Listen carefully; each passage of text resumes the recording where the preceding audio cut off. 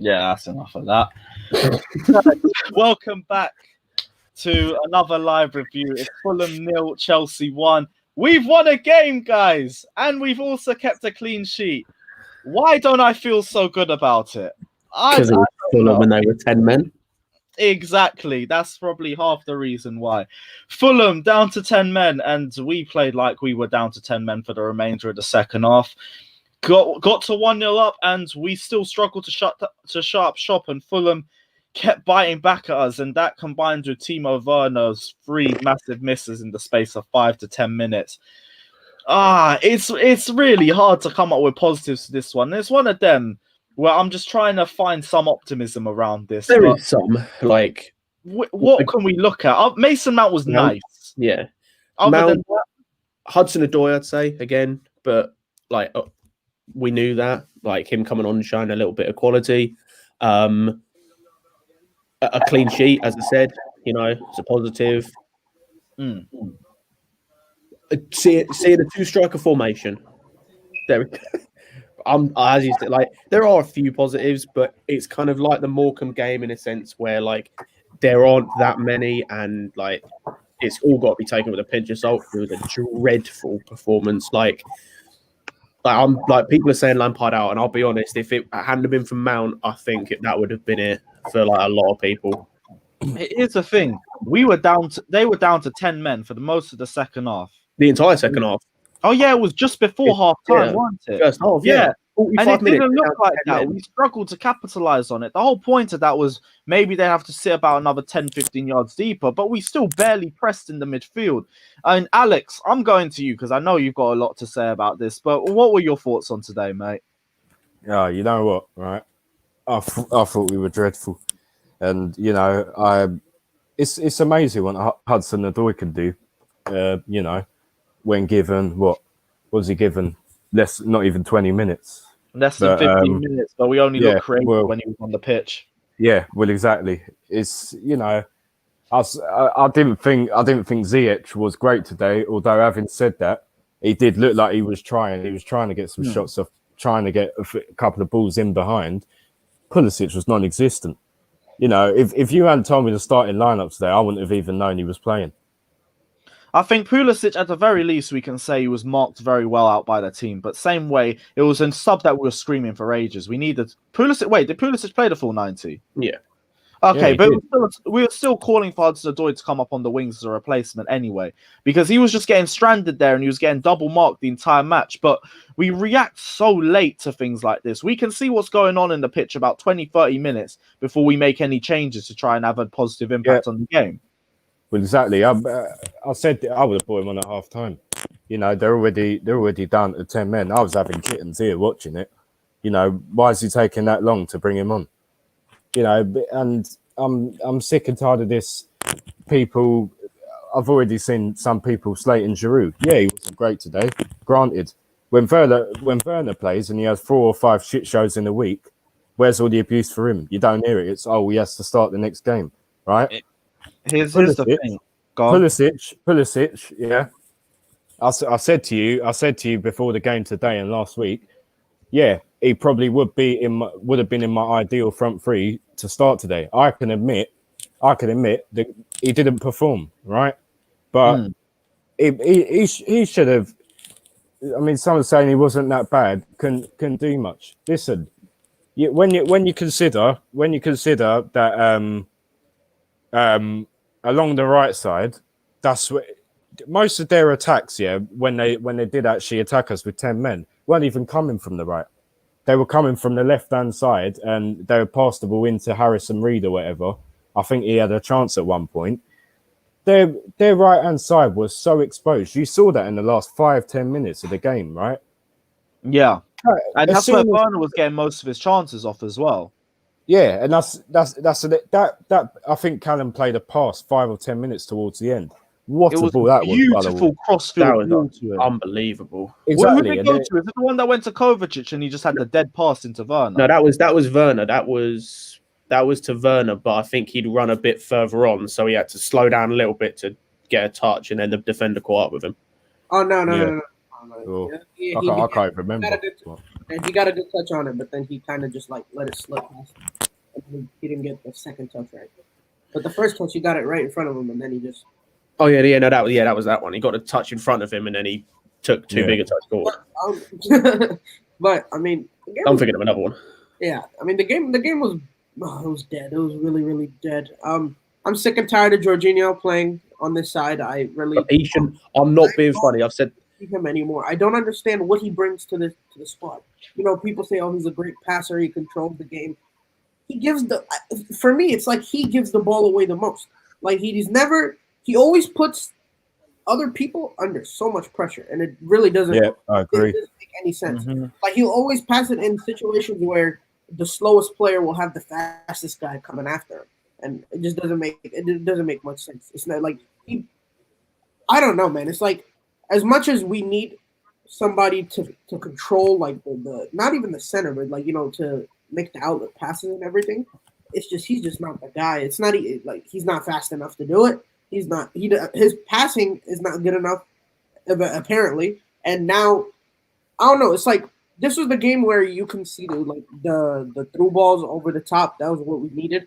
And he didn't make a single pass that was more than 5 yards. The sort of guy. And there was multiple times where Giroud was in a position where he could have gotten the ball, turned around, gotten a shot off, but no one tried to pass it to him in that situation. What's crazy is out of this entire game, I didn't watch 5 minutes, and that was the 5 minutes that we scored. And I was like, you know what? I must be cursed. There's no way. And then right after that, it was crazy because after we scored, we looked worse. We would give the ball away in terrible positions. We're committing unnecessary fouls.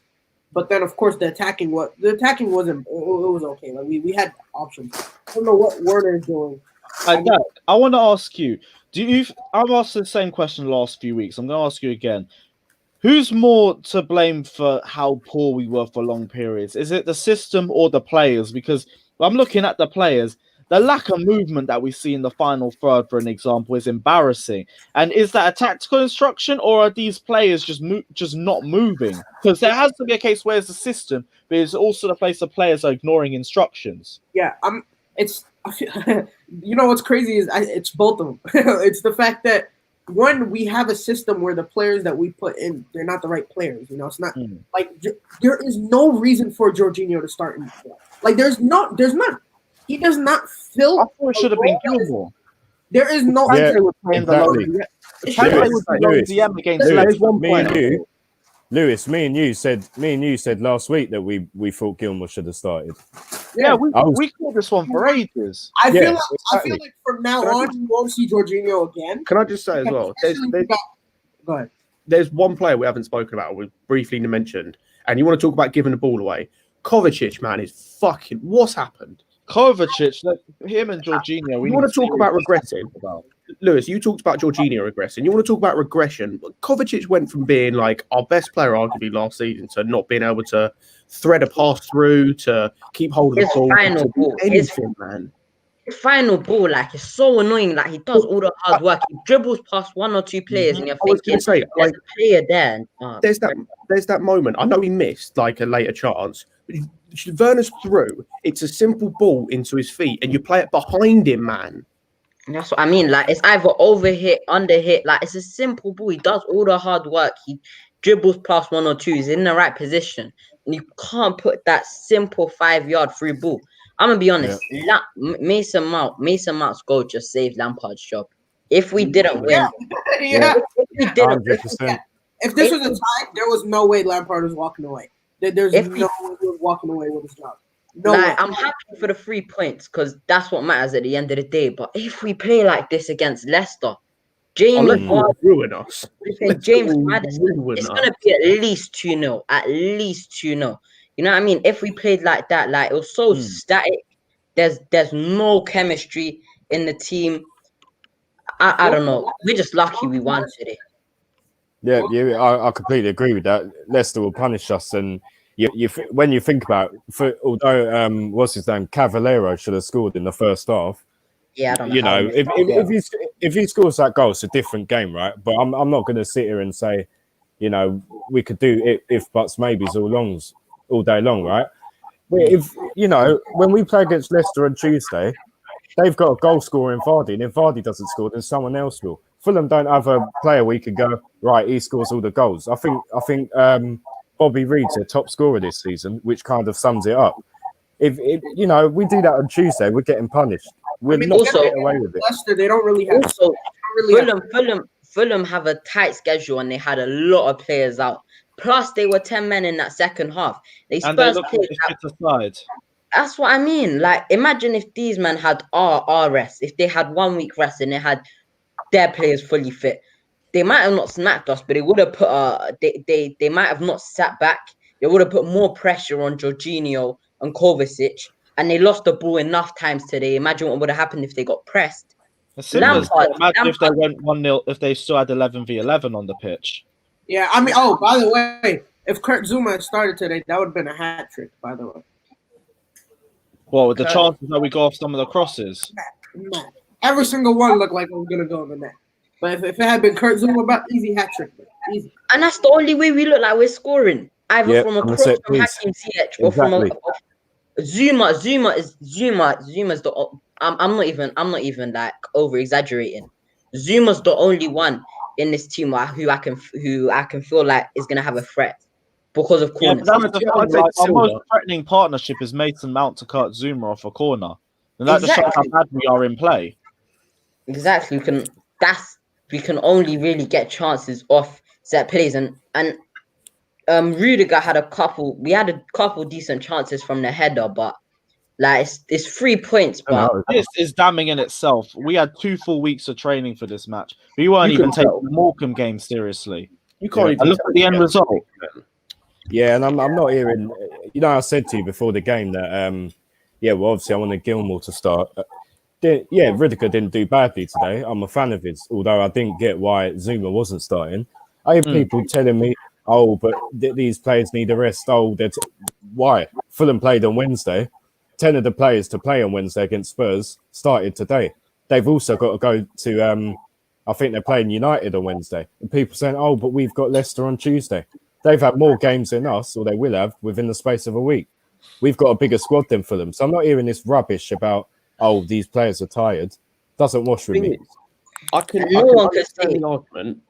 I can understand the argument of the rotation. I agree with it, but with the fact that Kante is absolutely coming back into the squad in the Leicester game, there's no reason why Gilmore shouldn't have played in this game.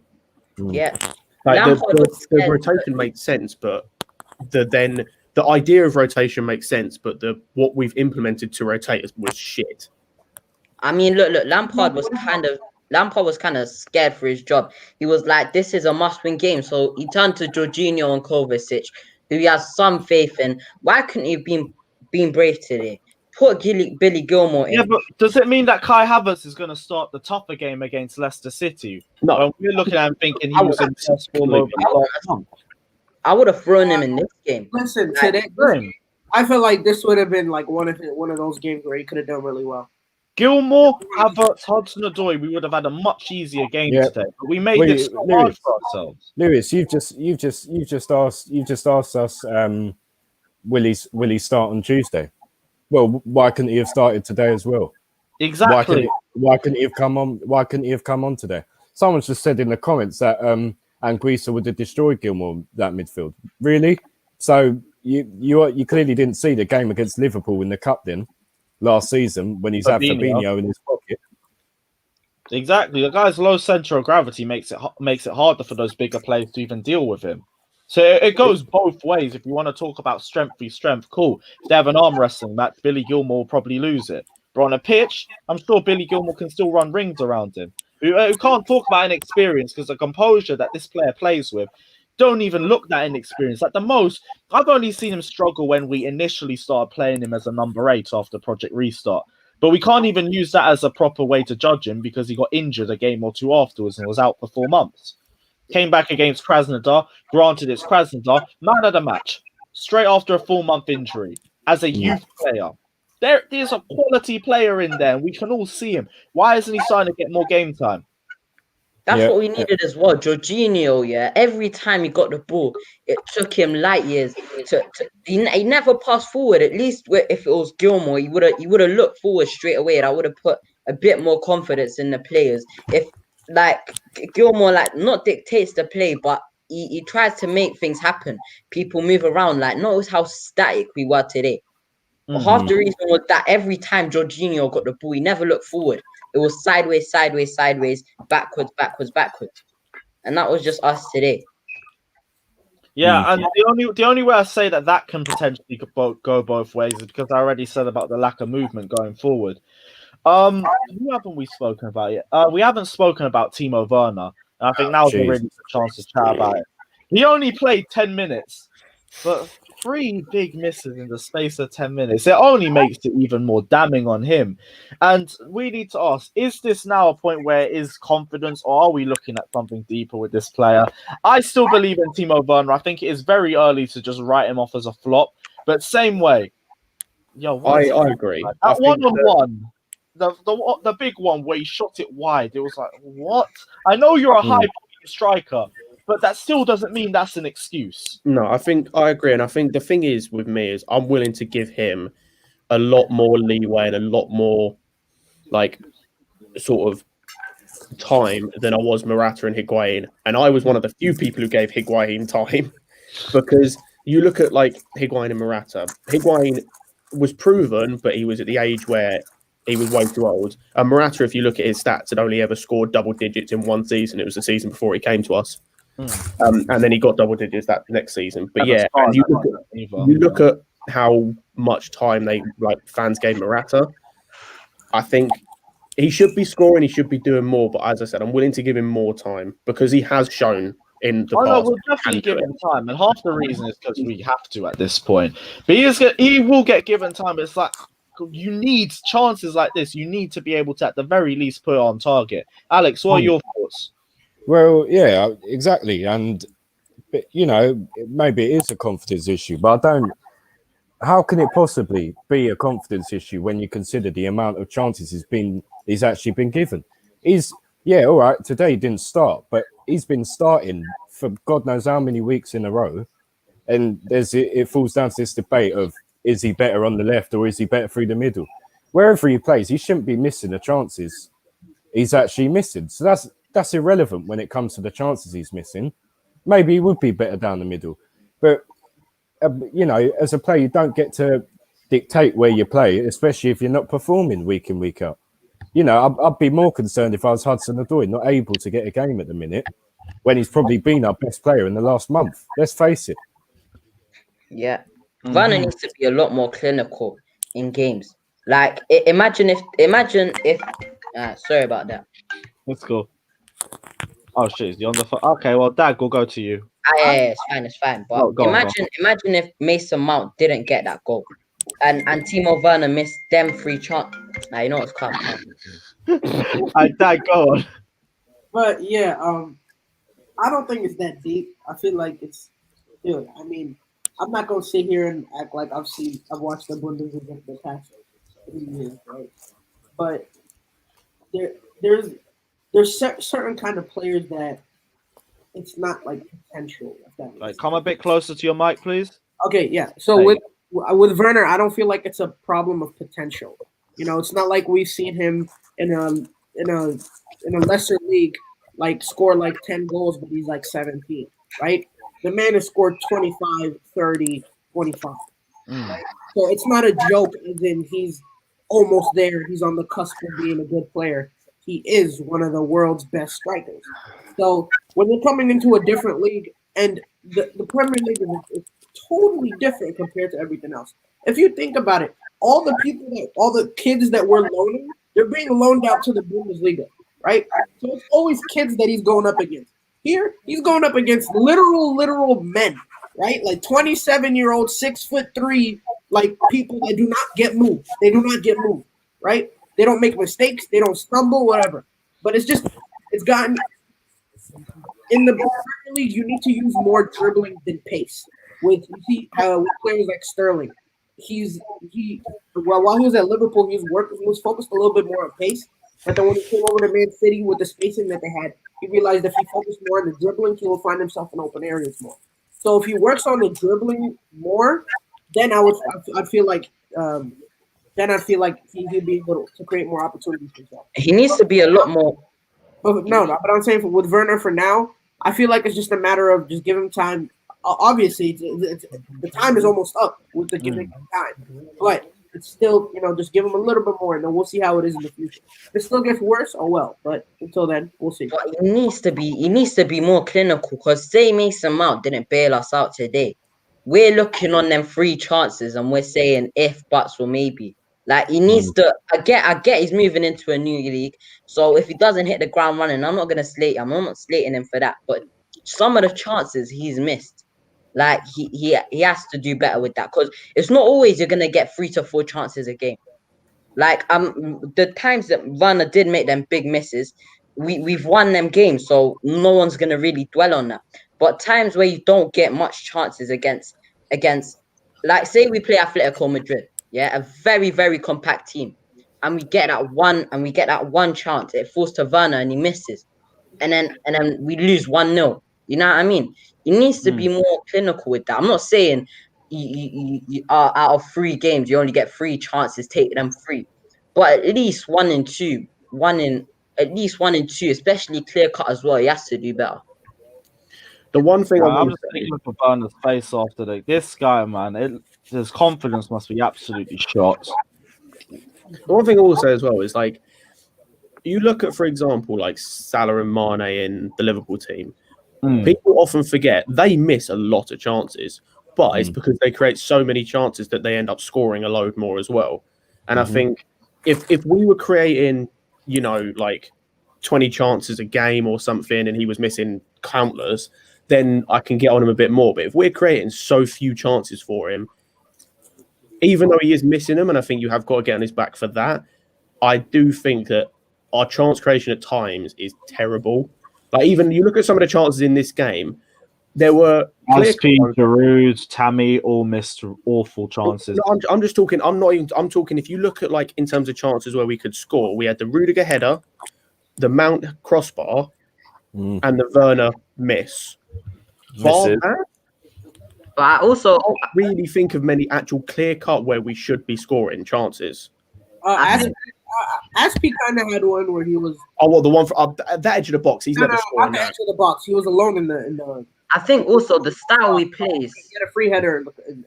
He had a free header off of a cross. I think also the style we played doesn't help. Like, if we played some free-flowing football and Werner got more chances, maybe he might have missed some, but he would have been used to that free-flow attacking football, getting chances every 20, 30 minutes. But the way we play is so static. So when he does get that one chance, like, I'm not trying to excuse it or anything, but you know what I mean? The way we play just doesn't help him. It just doesn't. I don't understand this whole like this is not a game that we can really it's one of those games where it literally would have been just crosses. They literally had 11 players behind the ball. Like, it was literally what we did against Morecambe. Like, if you watch the entire Morecambe game, that was our second half where they were all just sat back and we weren't really spamming crosses this game because we were trying to do something else, but none of it worked. But it looked like that's why we set up. That's why we brought Jorginho out and then we put Tammy in so that we could go toss in some more crosses. But they wouldn't let us do that because they had some really their wing backs were doing really well in the second half to really cut off Ziyech and Aspilicueta from hitting any balls in. But it's like this was one of those games where like the middle wasn't used at all. So I didn't see a single pass go forward through the middle. Like that they just did. That wasn't a part of the gameplay. So I don't understand. It's barely been a part of our gameplay this entire season. I mean, I think the formation doesn't help going forward. He's not changing it. Because we saw plenty of chances with Mateo Kovacic where he could have just released the ball quicker, or he could have done a better quality pass, and he didn't do it. Yeah, that's where it's like, is it the system that's failing, or also is it the players? Because some of these players have been playing absolutely awfully the last few games. Mateo Kovacic has won. Jorginho, since I think about October, has been absolutely dusted, in my opinion. Kante's been exposed for not being a DM, like I literally said for months as well. Mason Mount, I mean, bar being overplayed, to be honest, just needs to improve his end product a little bit much. But I'm not even going to say too much about that right now because he got our only goal of the game. Kai Havertz, we've already spoken numerous amount of times with his issues in the midfield, but we've already said we need to play to his strengths as well. It's two sides that aren't helping each other. The problem I have with the whole, like, it is on the players as well, but I go to look at Brighton, like, in the last few games. They're 16th, 17th, 16th, and they've got a style and a way of playing that their players know how to play, that they have good movement in. Like, I go back to the Arsenal game. Yes, they lost, but they were good in that game. They had chances to score. If you look at the game today against Leeds, again, a team with a system, a team that know how to play, and Brighton won and looked good. How are teams this low down? Even Fulham, you look at the system they play and the way they play. It like there are too many teams that are playing with a system and playing well. Where I have to go. It is on the players as well, but there's Lampard has way too much to answer for in terms of the way we're playing, the formation, the lack of change, or the change when it's too late. We spoke about this during the stream, the watch along. There is very little difference between this and some of the stuff we were seeing under Sarri. Yeah, we were going on about Sarri, Lampard. Some of the things, just sorry to interrupt. Just a few things. The lack of Hudson-Odoi playing, which we're calling out for. The lack of wanting to change. Late substitutions. The same way of playing. Crossing all the time. Relying on bits of magic. I might as well be watching Sarri ball, for fuck's sake. Yeah, and this is the same problem that we've had for the last 4 years, where we just aren't clinical. We don't take our chance. We end up reverting to this just sideways and backwards hospital ball. Ryan, what were you going to say? I think some of the things like Werner missing chances and Kovacic not putting like 5-yard free balls or like a Mendy mistake, that could be down to the players. But when we look at the overall picture, the way we're just playing the whole game, you know what I mean? It's not free flowing. Everything's so static. Like our main the main threat for us is from corners, that being either Rudiger or Zuma. You know what I mean? So I think some little things are players, but the overall picture, just the way we're playing, like I'd love to know if I think I'm 90% sure Lampard's telling them, but if he's not, then I don't know what the players are doing, but I'm pretty sure it's Lampard, and he needs to fix up the way we're playing. And that also playing Jorginho, Kovacic, and Mount. I don't see any creativity there. Jorginho always sideways and backwards. Kovacic against a low block team and his end product. Mason Mount, who's good, but not that creative spark you need. Yeah, he's more like energy off the ball, and like you say, you can get a goal if you give him a bunch of space, like you did for our goal. Yeah. I would have played Kai Havertz. Yeah, I would have as well. But then I don't think it's down to not having a creative midfield as such. Even if you take Jorginho out and put Gilmour in, you're moving the ball quicker. If you look at Liverpool, for instance, right? When you look at it on paper, apart from maybe you could say Thiago, they don't actually have a creative midfielder. They don't need one because their play comes along the flanks. You've got Robertson whipping the balls in from the left, and you've got Trent whipping them in from the right. So they don't need a creative midfielder as such. But the three midfielders they do have playing move the ball quickly. That's the difference between us and them. You've got Chilwell putting in the balls. You know, I think didn't Chilwell get the assist today? I'm not sure. No. Areola claw out thing. No, right. Yeah, well, yeah, but what's his name? Chilwell put the ball. Chilwell put the ball across to them. Yeah, but yeah, you got Chilwell. DM me on Twitter, bro. You got Chilwell putting the balls in, and Reece James when he's playing. To be honest, I think he should have started. People can sit there and say, "Oh, he wasn't fully fit." Well, then, if he wasn't fully fit, wouldn't have had him on the bench. You know, why didn't he come on? I'm sorry, right? Azpilicueta is so lucky that Robinson got sent off because he was having a field day. As soon as Anthony Robinson went off, I mean, there was a couple of times in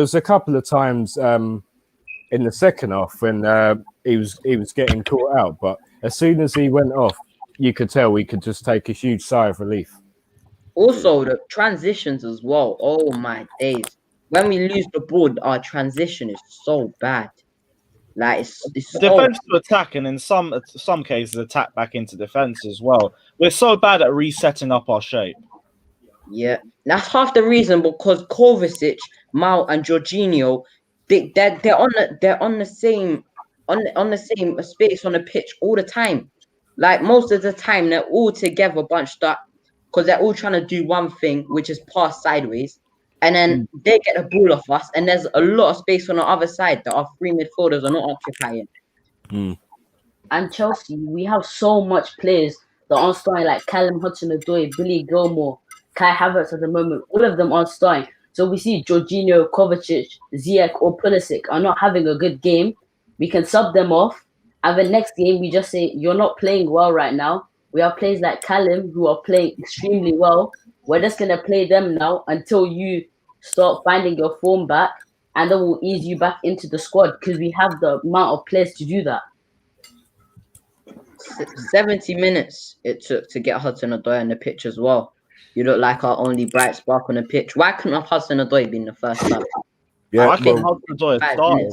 Why couldn't Hudson-Odoi? Exactly, Lewis. You know, it's no surprise, is it? He's come on. He didn't directly assist the goal, but you know that great pass in behind to Chilwell at the back post, and he also made another. He also made another great pass about 10, 15 minutes later. You know, so I think this game it's no surprise. We know what he can do. He needs to be given a chance. He does. Yeah, go on, Dag. What were you going to say as well? You're going to add to that.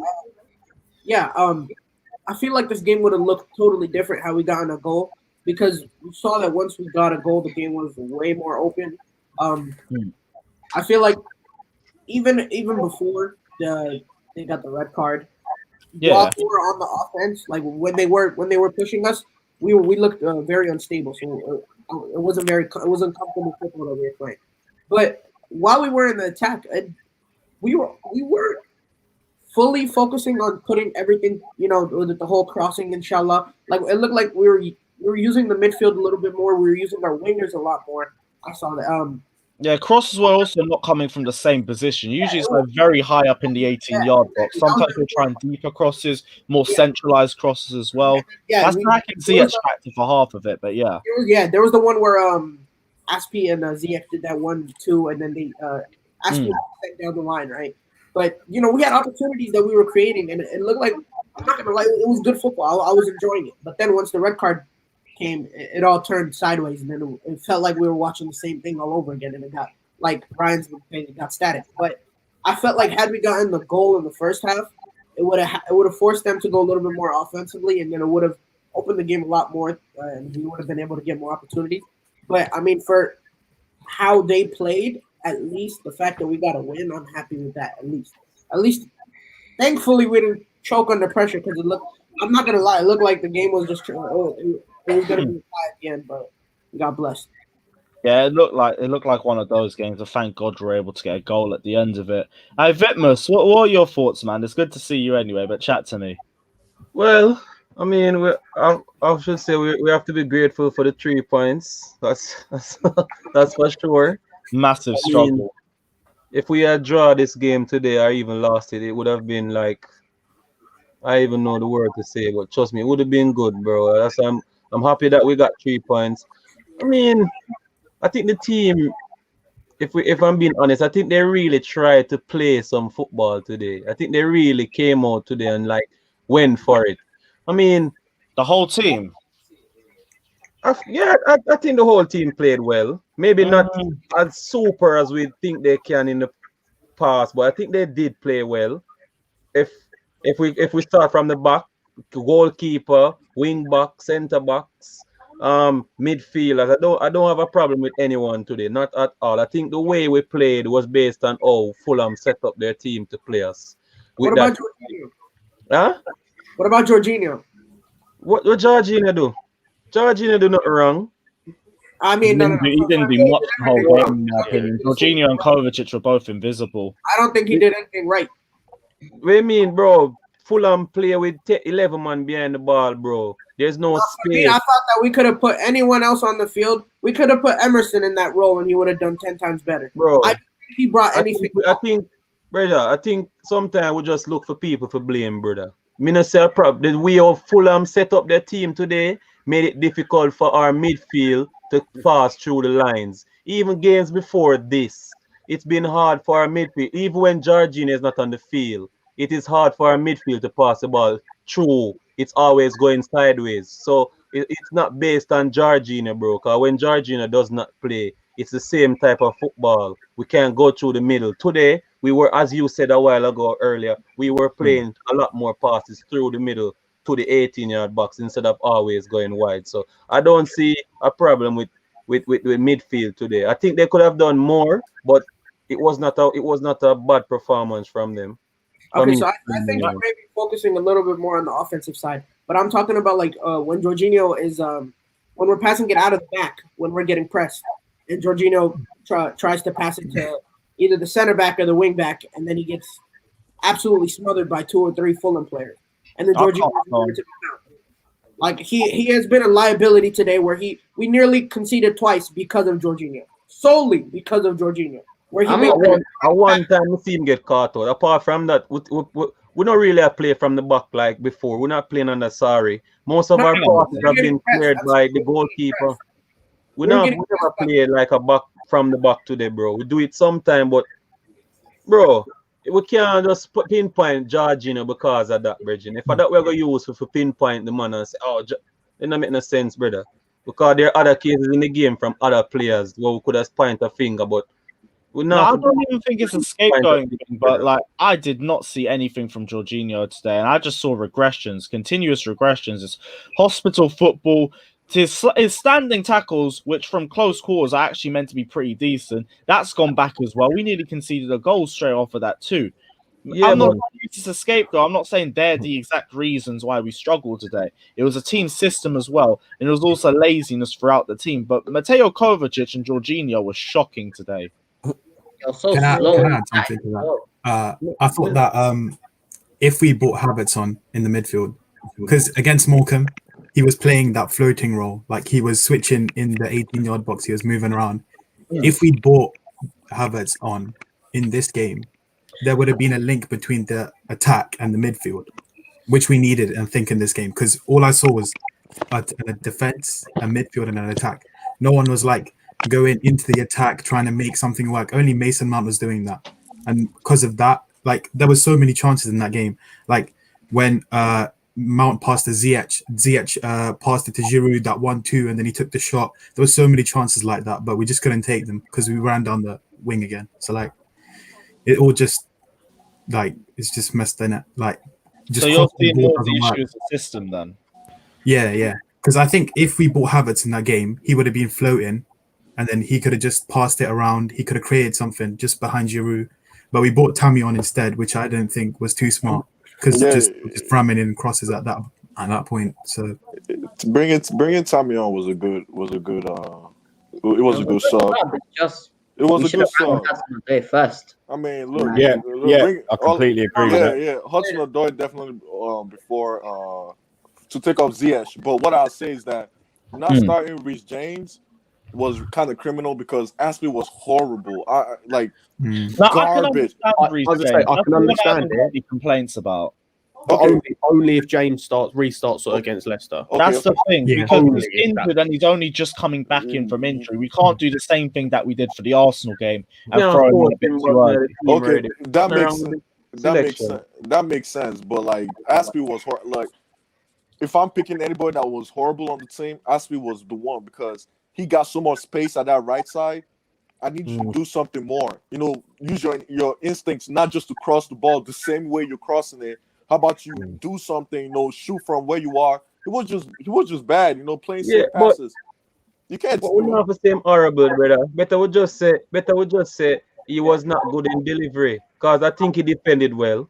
You can't cuss and say he's horrible. I mean, what is Aspie really there for? It's not like what you call Fulham was all attack on us and we needed strong defense. The same thing about I don't think he did defend that well.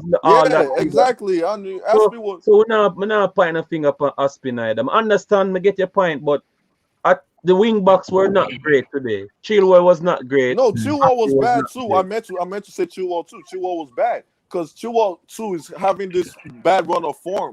you know, and his crossings are not good enough, like how it was at the beginning of the season.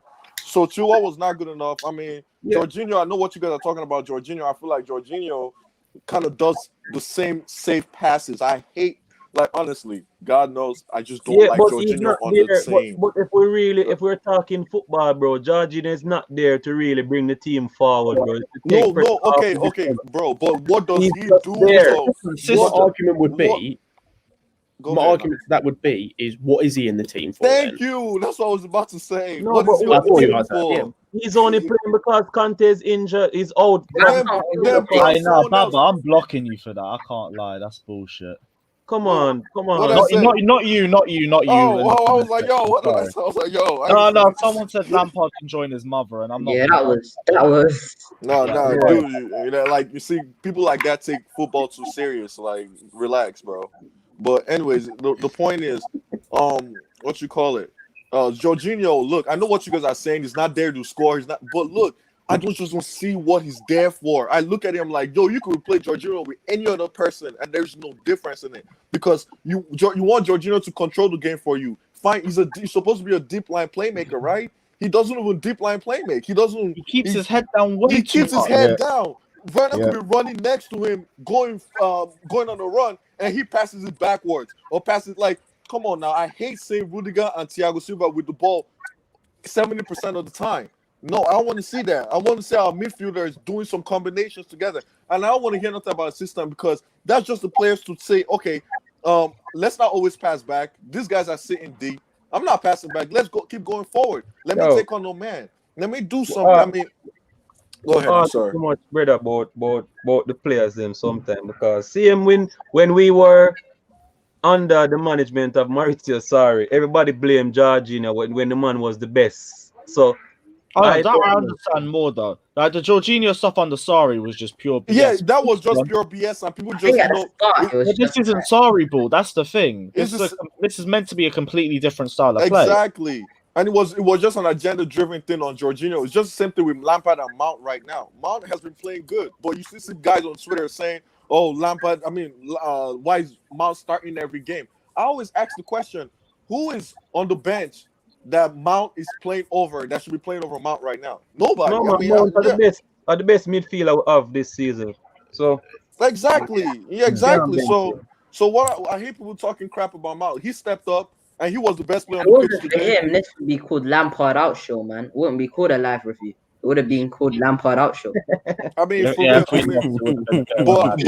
then again, I don't like when people say the title is like, "Oh, Mount saved Lampard." These guys are there to play. At the end of the day, these players are being paid to do their job. Yeah, but I mean, there's a lot more pressure off his back now as a result. Oh, definitely.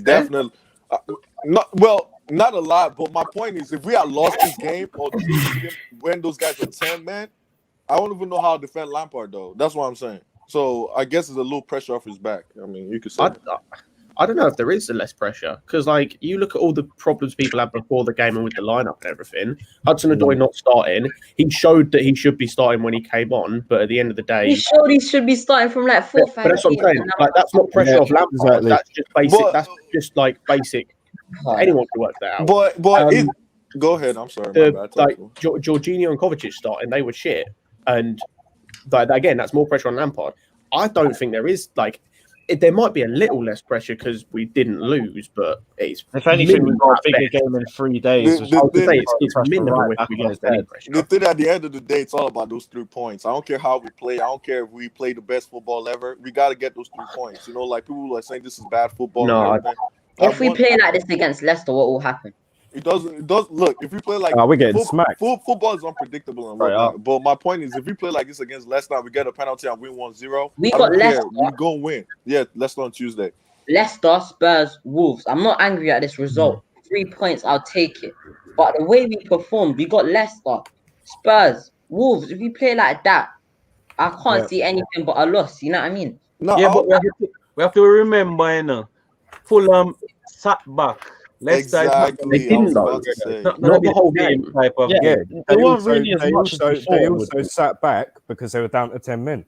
No, I was gonna say, before. No, they were sitting Before back even with 11. they started 11 men back at the ball. Debatable. I thought They were playing ground football. They were sitting back. Not saying their attack was not good. They had a good attack, but they were playing on the counter and they were sitting back. So everyone's talking about at the start of the game. They were exactly. They have a 5 in the back system, so it looks like they're sitting back. I was gonna say, like, no, bro, they were. Fulham has been sitting back for the last 5 games. But they didn't sit deep in this one. I was going to say they didn't sit deep against Tottenham either. It's the way they play. We're not sitting back.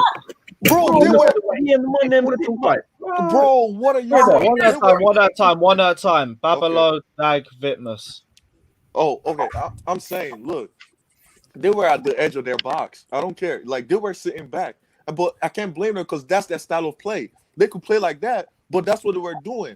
And one thing about that type of system, it's kind of hard to break down through the middle as we want it to be. Like, it's hard. So they leave that space out wide. And the easiest thing to do without losing the ball and getting countered is crossing the ball. Now, the problem is that the delivery, the type of crosses that we're getting, were garbage crosses. We need to do more like cutbacks and whatnot. But yes, they were sitting back. And they've been sitting back for the last 5 games against Tottenham on Wednesday. They did the same thing. So it's up to us to try and find a way to break down those type of teams. But to say that we're not sitting back and it's just their system, come on now. They were like parking the bus. I mean, it's like, if you want to watch parking the bus, go and watch Newcastle. There's a difference between setting up defensively solid and having a bank of 4 and a bank of 5 as they were, and just sitting back. They were hitting us on counter-attacks and looking to play around us, which they did at times. As I said, there's a difference between that and go and watch Newcastle play where they make no attempt to go forward at all and they just hit balls long. There's a massive difference between sitting back and playing counter-attacking football. Against Tottenham, they pressed them and played football because Tottenham sat back most of that game. And it was the same thing here. Whenever we had the ball, they sat back and allowed us the ball because we weren't going to do anything with it and then hit us on counter-attacks. But it's still sitting back, though. Bro, it's sitting back, bro. No matter how you want to say it, Scott. It is sitting back because it was like me playing under Conte when we played against Manchester City. When we don't have the ball, we sat back and defend. And when we got it, we tried to attack. That's what they did. It's sitting back, bro. You could say, like, in Fulham. Yeah, but again, there's a difference between that and parking the bus. When you talk about sitting back, you're talking about where your midfielders are literally playing up as your 5th and 6th center backs. That's not what they were doing. Their center backs were out there pushing our midfielders, and they were watching our midfielders, man-marking our midfielders. So Bro, no. Which game? Were we just watching the same game, bro? Yeah, in the first half, and Rudiger were in the center circle in Fulham. No way. The first half, they were not sitting back. Bro, no way. The first half, they were never that high up. They were never. Bro, I'm not saying they were that high up. I'm not talking about their back line. I'm talking about their midfielders. If you're talking about park the bus sitting back, your midfielders don't go high, not even above. I'm not talking about high as in like the midfield line. I'm talking about your midfielders will sit on the box. They will sit on the edge. That's just not practical. That makes no sense. How can your midfielders sit on the box? Sitting back. Midfielders don't play as a centre back, bro. They trap the midfield and cut the passing lanes in of the other team. That's not. They don't have to go back on the top of the 18 to call it sit back. They sat in the midfield and mark all the passes that were potential for us. Exactly. They didn't come forward to try to press us to go back. They stop us from passing through the lines, bro. It's sitting back. You didn't watch a Liverpool game. That's the same way they played against us. All 11 men behind the ball. Everybody going across the midfield, coming to the next side, They're not coming forward. They're just making a wall in front of their goal. The midfielders don't have to go on the 18-yard box or go beside the centre back to call it six, bro. I'll give Fulham one props. They know how to press, and they were pressing us really, really good. That pressing was actually what I want Chelsea to be pressing like. I give them that. They press. So how can you sit back and press at the same time? You can, because you could sit back, whatever. But at the end of the day, the ball is in their half most of the time. So literally, all they gotta do is press the ball in their half, and they go on the counter. That's what I'm saying. I gotta give Fulham props. It's not like sitting back is a bad tactic. It's whatever works for you, and what they're doing is kind of working for them. So in the sense that I'm not even going to flex. Chelsea, was annoying me in the first half because it took like 3 passes for Fulham to get to our own box, when we take like 700 passes to get to their own box. So I was like, yo, I mean, what is going on here? But to say that we're not sitting back is, come on, they were. Right? That's the fact. That's the reason why we don't play through the middle as much, because every team that plays against Chelsea actually sits back. I mean, we need to play the ball faster if they're sitting back against Exactly. Yes. That's the thing. We always Exactly. play the ball slowly. Exactly. Look, we everyone was so static. Like no one was moving. Like Jorginho and Kovacic, our midfield would get the ball and it'd just be like almost walking. Our players around them would just be walking. Like it's not Facts. easy to break a low block. Like it's not like just bread and butter and bread, but at least play the ball a little bit faster. Even if you are gonna play on the wings, a little bit faster into that inside channel, but we played so slow it didn't help. That's the thing, because there was so many opportunities where I'm thinking, if we were just a bit more instinctual, and if we played the pass like a few seconds quicker, you have a player that's run inside. But then you've got someone like Mateo Kovacic, for example, That who loves holds to the hold ball the for way ball. too many Oh my touches, God. and it's like his best strength is dribbling. It doesn't mean that we need that to a point where we end up getting the ball in a position where we can't do anything with it. Get the ball into the right areas and then release it into another player in good space, but we don't do that. And that's where the problem is. Could we have a convo about Kovacic though? Like, I know he looks eye pleasing and everything aesthetically and how he dribbles, but literally he's kind of an annoying player to watch because, in a sense, you know, he doesn't do anything so much after he runs with the ball. He passes the ball late. He gives the ball to the runner late. Really, Kovacic does not really do anything in the midfield. I should see Kai Havertz should be starting over him. You know what I mean? So it's like we should have Kovacic and Jorginho should be straight up down the bench, because I don't really see what they do in that midfield. Plus, I mean, you could say that they're dead defensively, but defensively they were getting past them in like 2 seconds. They were non-existent defensively in the midfield. So yeah, Kovacic, everyone was saying, is our best midfielder. It's not even close. Mount is our best midfielder right now. Last season he I'm gonna was. be honest. This season, I'm gonna be honest. I thought he was our worst player. Yeah. Kovacic. Hey, yeah, Kovacic, he's yeah. our worst player. I mean, Yeah, I'll say he was our Ashley, but worst. yeah, His Kovacic. passing was Three shit. Havertz He lost as the well, ball you so already many know. The one thing I'll say about Jorginho, I don't remember Jorginho losing the ball all that much. He just didn't do anything. Like, he never did anything. How's the best way to describe it? Like, he never tried anything where you might lose the ball, if that makes sense. It was all too safe. It was all Yeah, too, like like, Jorginho's whereas- performance all depends on your preference. If you're happy with him just recycling possession, cool. You could say he had a pretty decent performance. If you wanted to see something impactful from him, terrible performance, did nothing. Yeah, It all honestly, depends on the way you look at the game, if we're being honest. That's the most I will give Jorginho for that performance. But I still didn't rate it too much. Yeah, someone made a good point in the comments saying that when Jorginho actually came off, we did move the ball a lot faster. Yeah. Where is that?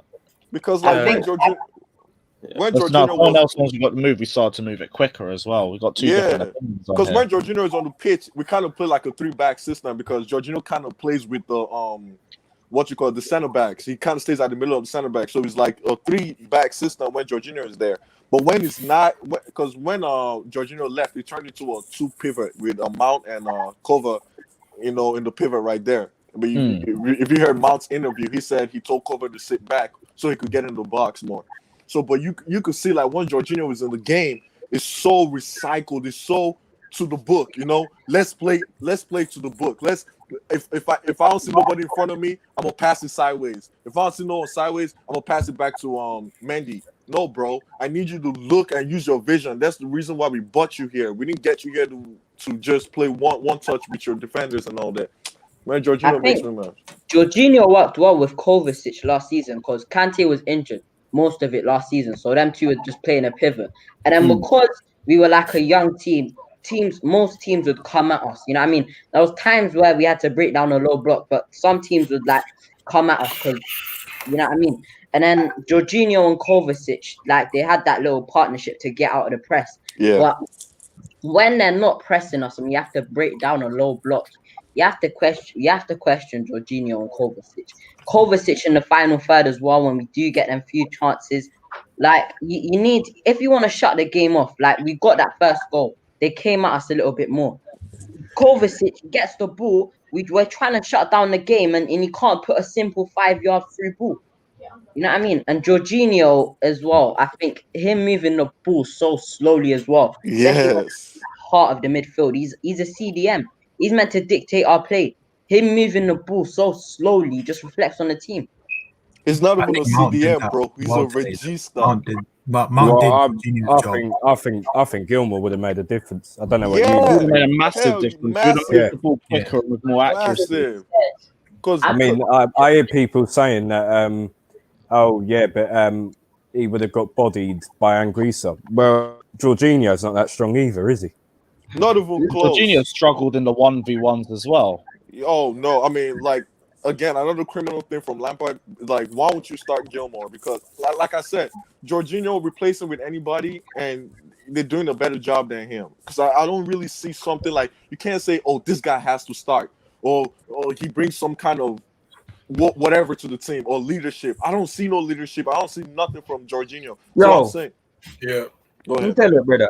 I understand everybody and them point and this and that, but we have to think about the whole team and how the whole season has been, brother. The whole team up and down, Say if we go there and talk about just one man how he played today or last week, or the whole team up and down, bro. Mount was off about 4 or 5 games. He's back now. You get me? Some players are still not back as yet.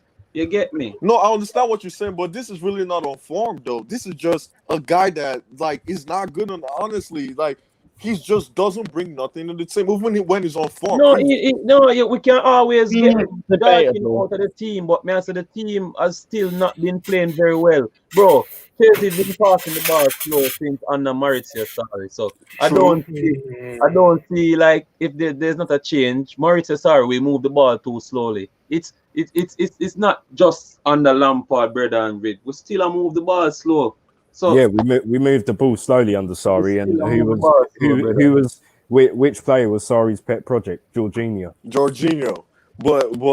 But at least, but on the Sarri, one thing I give the team on the Sarri, there was movement. Like you said, I don't know your name, but in the first half, everyone was just static. No one was doing anything. There was no movement. Well, okay, yeah, I could blame Jorginho about a lot of things, but Jorginho's game kind of like everybody around him has to be playing very well for Jorginho to have a good game. So like you cannot just be standing and be static, and Jorginho has a good game because he's not going to provide nothing.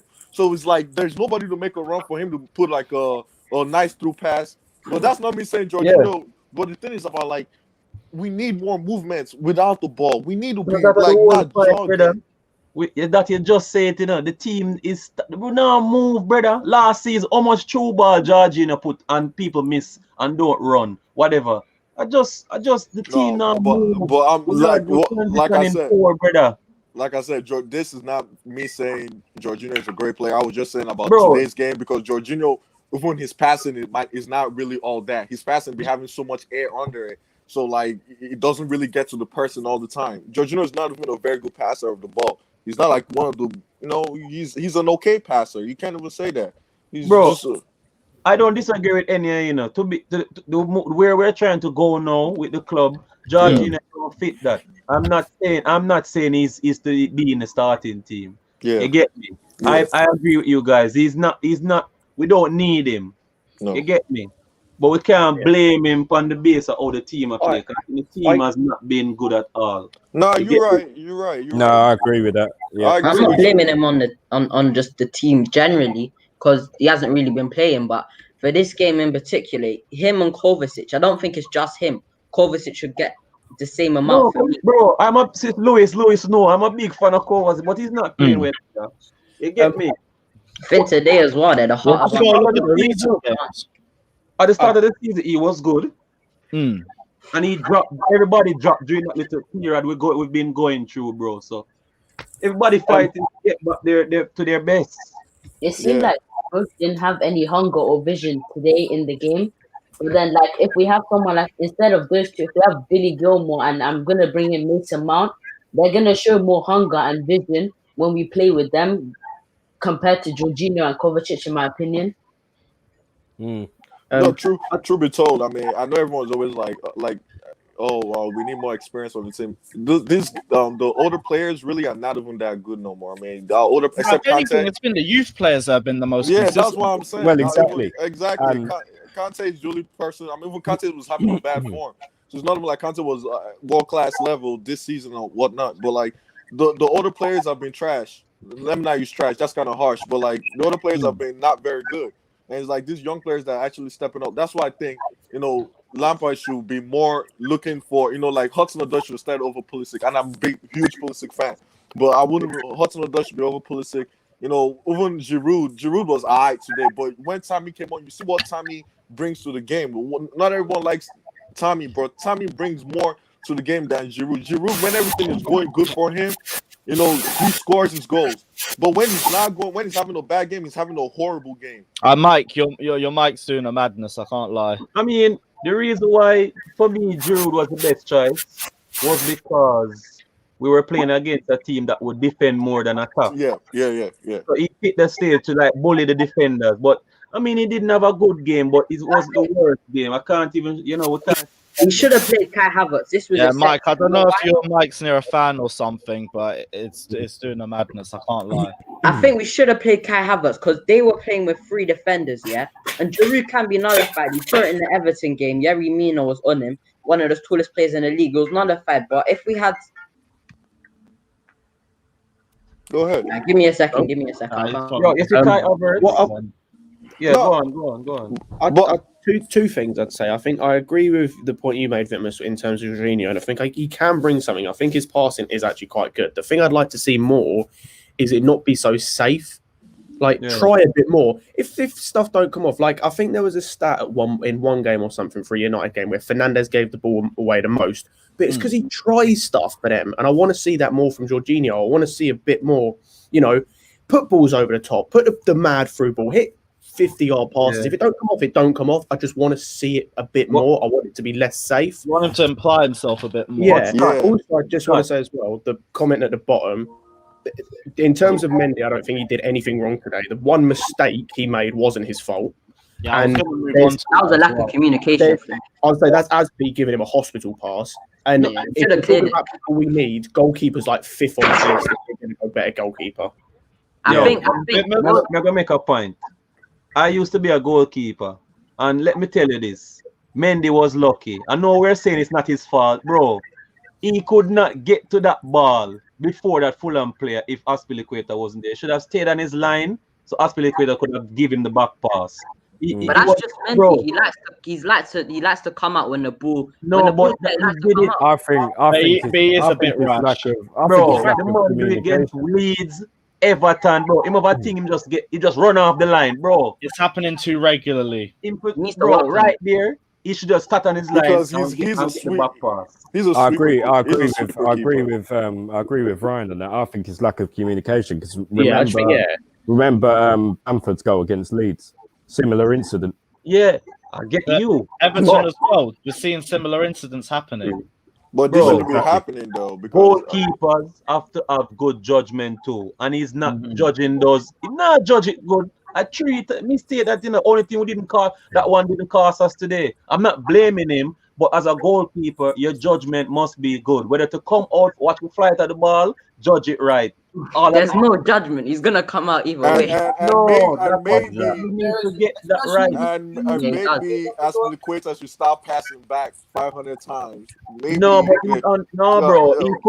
There's no way Aspilicueta could do nothing right. If we're gonna talk about pointless passes, we could call out the entire back five. My God, probably our most rated. Bro, you cannot call out Thiago Silva because Thiago Silva. One thing I love about him, he's so composed on the ball. Yeah. Take Thiago Silva.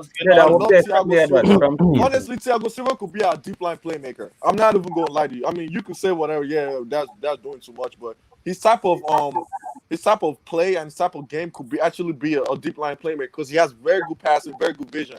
I mean, eventually, you're right. Remember that Kante worked out because he wasn't the one making those passes from deep. It was Thiago Silva coming further forward and doing it for him.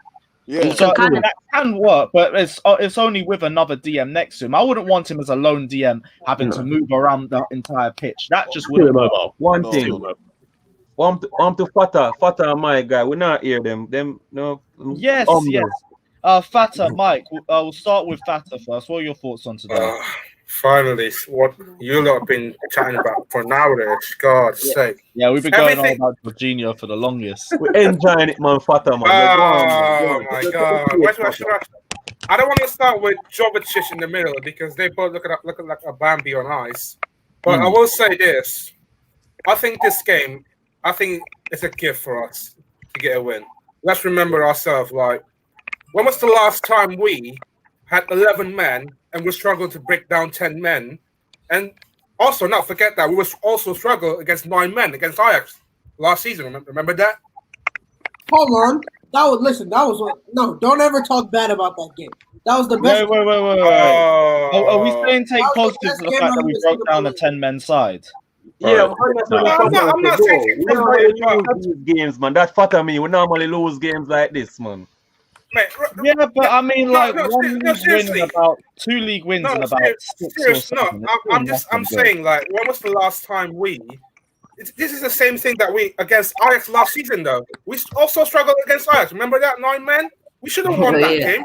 The ref struggle. Finishing. Can I just say, you're talking about the best team in Dutch league and the team that got to the Champions League semi-final the year before, and a team that's in a relegation battle. You're talking about 2 different levels of like quality here. That's more end-to-end. She was more clinical, but if we're really going to delve deeply into it. But last season, we were just fearless like that. Like, there was none of this sideways. No, there was sideways, but we were, like, fearless. Like, we were attacked. So like, our defense was just... We changed things up. Along with attacks and our defense was horrible last season, so... Bro, last season, on some games, we had the ball the whole game and lost by a goal, 1-0. That means West Ham, Burnley, who else beat we? So Fata say when last, you know, we beat that, we break a team down. I understand what Fata say, man. Can I make a point about Giroud playing? Yeah, Kai Havertz should have played as well because Kai Havertz is a cam. You can drift into the box, and when there's 3 big defenders on Giroud, it's gonna be easy for them to nullify. But when there's Kai Havertz drifting in as a late runner, giving more problems to them 3 centre backs, then it's gonna be better. But Giroud can be nullified if you put big defenders on him. You put 3 tall centre backs. Because he's our only focal point in the middle, so he's always going to get swarmed in the box. Exactly. That's why it's a catch-22 when you want Giroud to start, because you will get an attacking threat, but it's little attacking threat compared to no attacking threat in the middle. The thing is, you can play in a system like that with a focal point, even against the big defenders. If you play similar to the way, I know it's in terms of different quality of the players, but look at the way France played and used him at the World Cup. Didn't score, but he was used more as the link-up player for the other attacking players to score. He was used almost as the Firmino in the Liverpool system.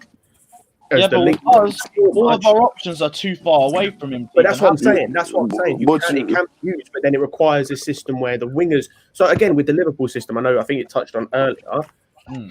Their front 3, they don't play. Their front 2, the wingers, don't play like wingers. It's almost like they're either inside forwards or strikers because it works better because they've got the width from the fullbacks.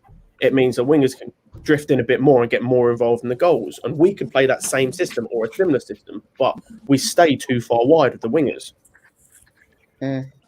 But I mean, honestly, go on. You could say that, but honestly, I actually think staying out wide is our best decision because, like, if you see sometimes Ziyech and Pulisic get too narrow. And when it gets to narrow, there's and you could say about the World Cup. The World Cup is a tournament type of games. While everybody's trying to attack, nobody's really sitting back deep and whatnot. But like this game, you could tell that those guys are narrow. They're kind of narrow. So you come narrow too, you're just not going to create space for anything. So that's why, like, sometimes if you want space, that's why guys like Vernon was not working throughout this playing as a winger because Vernon does not play good when there's not a lot of space. So like, but if you want space, you have to go wide. Now, if you go with your ball control, you could come in and you could use Giroud as your target man and whatnot. But Giroud has to do a better job with his link-up plays because, like, lately, he's not even really been linking up like that. You know, like, when Hazard was there, he know how to flick it, you know, him and Willian. But, again, it all comes down to chemistry, too. Because if we could remember, when it was Willian and Hazard, they had that chemistry already. We could talk crap about Willian now since he left, but he knew how to play with Hazard. You know, okay, Hazard, you come in. I'll be the person, you know, the runner. I'll be the person linking up with Giroud and Hazard. You could do whatever because Hazard was playing a free role. So all it comes down to go down to the wingers and the midfielders. They've not been trying to link up with Giroud. Today is the first I've really seen someone try to link up with Giroud. Giroud and Ziyech were trying to link up. So honestly, yeah, but again, it's all about the instincts of the midfielders too. I mean, except for Mount, like I always say, Mount is the person that, you know, those nice through. Not, it doesn't have to be a through pass, but like, you know, you play the ball with a lot of power to the feet of Giroud. Those type of passes, not like you play wide, but I mean, it's all about instincts of those midfielders. You know, you look up and see, yo, I could play this fast to Giroud, and Giroud could, you know, if someone is running like Pulisic, Giroud could play to Pulisic. You know, Giroud could keep running. Some good pattern like that. I wouldn't lie to you too. I don't see it, but I feel like it all comes down to a little bit more chemistry and a little bit of, like, if they know how to play with each other a lot, it just comes second nature to them. Okay, I know Giroud is going to be next to me, so I just give you a little flick. Have you noticed we stopped seeing those flicks like we used to see before, you know, and whatnot? It's just, I think a little chemistry has to do with that too. Just before we head off, Mike, we haven't heard from you, bro. Chat to me about the game, man. What's your thoughts? Sorry about the long wait. It's cool. It's cool. Can you guys hear me all right? Yeah, it sounded all good. What are you saying? Cool. I think, like, just in general, there's so many subplots as to what's gone on, like, this season. Just like, if you take it from the very beginning, because I think it's not a good thing to compare what we were like to last season in terms of the system, because we've basically implemented 5 or 6 new players. And, like, say what you want about the price tag, say what you want about any of that, but they're new and they're young. Like, I don't like how sometimes we compare, like, what Liverpool are doing, what City are doing. I think it's been brought up before how, like, when we come up against certain teams, like Fulham or like your Villas, like, it's pretty much the same core players that have played one particular style of system for more than a year. They may have added, like, 1 or 2 different people, but we're coming in. A, we want to change our whole philosophy from, like, Sarri. B, we want to, like, well, not all of it. Obviously, we want to be more attacking. But then B as well, we're throwing in 6 players that have not, you know, that they're new to the team. They haven't played the system whatsoever. So I think, like, there's a lot of like all these little subplots as well. Factor in, like, the injuries we had in the beginning, and as the guy before was saying, like, chemistry I think is key, because I think we all thought in the beginning that we'd have Kante as a CDM, Mount and Havertz as our midfield. But if you look at all the other players that we've had to sub in and out, Kante really, he's only good at, like, intercepting and destroying. Sometimes you see it in games where he's been advancing the ball. He doesn't have that eye for a pass. But you can see players either on the wing or something making runs, and he doesn't bring the ball forward. So I never think Kante should ever be in that, like, number 8 role. He should only ever be a CDM. Jorginho today again, I don't think he can work in the team. Only with another CDM sitting next to him. 2-man CDM. Yeah. Lone DM only against a team that sits deep. Yeah, but, like, I think with Jorginho, I think as someone was saying, like, you need to have these runs in front of him, because he does. If you look, he does always look up when he gets the ball. He does always look forward. But when you look, like, our guys are quite static. They're either, like, on the wing or they're just in one place. So then he has to play those like, sideward passes. I think what helped when he went off was the other players that were kind of brought on, just because there were more players up there, and obviously them going down to, like, 10 men kind of didn't help as well. Kovacic is a weird one, because he was, like, our player of the season last year, but he can't do anything other than, like, keep the ball and then, like, bring it up the pitch. But then he doesn't really have that, and he doesn't score goals. He doesn't have that end product as well to slip the ball through. So other than Mount is our only consistent, like, midfielder. I don't understand the hate, but I do think the hate is only from a really minority of Chelsea fans. I'll never understand why people don't like Mount. Right, Lam finish. What? Oh, you finished your point. Go on. Oh, no, yeah. So like I don't understand the hate of Mount, but I think Gilmour, I do agree, like, should have had some part to play in this match today. Like, I don't understand why Jorginho played. The only thing I can think of why Frank wanted to do it is because he knows this was like a must-win game. I think he just wanted, like, he was hoping for the experience to kind of see this game through, and he didn't want to take those risks. Like, I think we all agree Gilmour would have been better than Jorginho, but I just think, you know, he probably didn't want to put that pressure on Gilmour because this is a must-win game, even though it is Fulham. But our form has been terrible. We really needed the 3 points. I don't really care how we got the 3 points, but I think we needed it. Yeah, I just think in terms of like Mount, I think we in the beginning when we saw the signings, we just really wanted, like, it should have been Havertz and Mount, and we want Havertz to be that kind of creative, you know, player taking the ball forward. I think the issue that Lampard also has is Ziyech. Like, I don't know if you know Ziyech, like, he's never on the wing. He always comes in, and I think he comes in into that space Havertz would usually occupy as that number 8 role. So Havertz is kind of like, he's kind of a bit lost because he's used to having a lot more like free space and freedom. But like, you don't really know what to do because Ziyech is obviously really good on the ball. He's really good at crossing. But if you have, they kind of do both occupy the same space. So that's why sometimes Havertz, I think, looks a bit lost in games because he doesn't know like where he's meant to be. And that can come down to like instructions. That can come down to the system. But when you've got Ziyech playing on the right, and then you've got injured, and then you had Hudson-Odoi, who's a right winger, playing on the right as well. Like, consistency and chemistry is definitely a key. But I think a lot of it as well is the individual players and the roles that what they are able to do and the positions that they're able to play. So there's just so many different subplots, and I think it's really difficult to point the finger at like one thing because there's all these little like micro kind of things going on with each individual player. And then the last thing I'll say is just in terms of like, well, the last two things. Pulisic, I guess because of injury, he hasn't really hit that like form that he had last season. I do think Callum Hudson-Odoi should have started instead of him this game. I thought so. Like, that is one thing I think should have started. And then I think because of the injuries as well in the beginning, you know how like everyone was saying Werner should play through the middle. I think only because of the injuries to, because it was Pulisic, wasn't it? Did he play on the left? And then we brought in Giroud and Tammy. We were mixing them up. But then Giroud and Tammy were also like in the beginning, they were doing well. And Werner was getting some assists. And so it was kind of all working. And then when it started to fall apart and you had that mixture of like players in and out, that's when it's just all kind of like, we haven't had a rhythm. We haven't really had a system.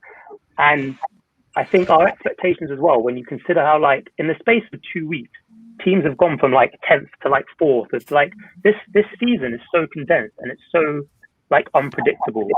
So I just think like a little bit of like zooming out of the bigger picture needs to kind of be seen sometimes whenever we like kind of instantly react to certain scenarios. I do think patience needs to be had, and I'm nowhere near Lampard out yet. I would only ever be Lampard out if we were like, you know, in like the relegation zone, you know. But you know, some of the stuff you were saying before about us like spamming crosses and stuff like that, it is true. And I have always wondered as well in those games where we are spamming crosses why Giroud like wasn't in there. But we have definitely got a problem breaking teams down for sure who sit on a low block, and I think that's what a lot of teams are doing because we have that issue. But then I'm not putting the entire blame on Lampard and the system when you have players that like can't advance the ball forward or like aren't taking those risks. Like Mount is the only one who's playing now in the midfield. He's the only good midfielder who's playing with consistency. Anyone else you put him next to, like in terms of creativity, which is where you want it all to come from. Who else is doing that? And like Mount's only job as well isn't creativity. He's our box. He does everything. He puts the most pressure on everything. But he's running all over the pitch. I want to see a heat map and like distance run of Mount because I can guarantee it must be like the highest of all of our Chelsea players. Yeah. So like you have some people like, oh, Mount needs to score goals. Okay, cool. He's also pressurizing everyone. He's getting back on defense. He made like a few interceptions in the beginning as well. You want him to do like everything. Like the other midfield players, whoever we play him with, because it's never a consistent three, they need to step up as well. So that's kind of like my whole summary. Sorry, go on. One thing about the other midfield players is that like Mount is so versatile, and the other midfield players are just specialized. You know, Jorginho, his specialty just doing anything, and you got Kovac. Yeah, and Kovac is just specialized in dribbling the ball, and that's it. You know, there's no, but like Mount, that's what I mean. Mount does everything. So the thing I was saying in the beginning was when this team assembled, I think in our minds we all had an idea of like Kante, CDM, Mount, and Havertz. Obviously, like Havertz hasn't worked out at the moment, for like whatever reason you must have, to take him out the picture, and then you just have a bit of a problem because Kante's there for one thing only, and then Mount also has to apply pressure. Anyone else that you put alongside Mount is kind of at the moment not really doing anything to like benefit the team. So I think like that's the problem we have. Well, with Havertz is well. I mean, I know someone else wants to talk, but I just say one last thing. Havertz is like consistent, little consistency, and like I just want him to look more livelier on the ball. Take the ball forward. I expect Havertz to be like a 2018. Like to be perfectly honest, that's not the way that he plays. Havertz is the type of person that he'll do the 1-2s, right, but not the person doing the first pass. Like he'll get the second pass, and then he'll give it off, right? He's not the one to like take the ball forward, do a dribble, and then shoot it, and then it's not like he's not the type of player that does all that. He's the type of player that but makes the field to the rest. But do you not think with the Havertz thing? I don't want to. I know it's like it's been over, but I don't want to rule out I don't want to use it as an excuse, but like COVID can have like a long-term. I think it's why he's slowly being brought back into the team. But I also think as well, like he doesn't have the kind of space to like even operate in because of like coming in from the right. Because Ziyech is like never on the wing, he's never there, and obviously Mount plays on the right over three. What I'll say about that, not Mount, Havertz. Can I say something about that Ziyech not on the wing? That's like sorry, go on. All right, look about Ziyech not being on the wing is like, look, Ziyech it's kind of a good thing because especially when Reece James is playing. When Reece James is playing, Ziyech is not on the wing. Reece James has the whole wing to do whatever he wants to do. Now, and Havertz, obviously, Havertz is versatile enough to play the right wing too, and he could get in that space. Ziyech sometimes goes inside so that Ziyech is more of a creative player. So he has a better vision. Then he goes inside, link up a little bit. Havertz has that ability to go wide and combine with Reece James. But now when you have Aspie on the wing, that doesn't really do anything, and all he does is he doesn't do nothing. He doesn't combine. All he does is cross. And I'm not saying crossing is bad, but he just does not know what the other guys are thinking around him. Like Reece James does it. Reece James makes the play fluid. But I just want one last thing. Like when this guy start playing together a lot, those three guys, Reece James, Havertz, and Ziyech, you see more fluidity in the team, like on that right side, I think. All right, cool. Just before we wrap this up, we're going to get your thoughts and then we'll go back into it. What's your thoughts, mate, before we wrap up?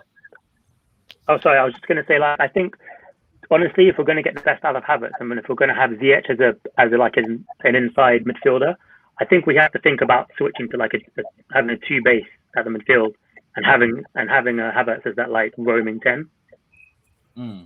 Just purely because I just don't see how, because I think Ziyech and Havertz are both roamers because they're both creative type players, and I think right now they're both shunted on the same side of the pitch.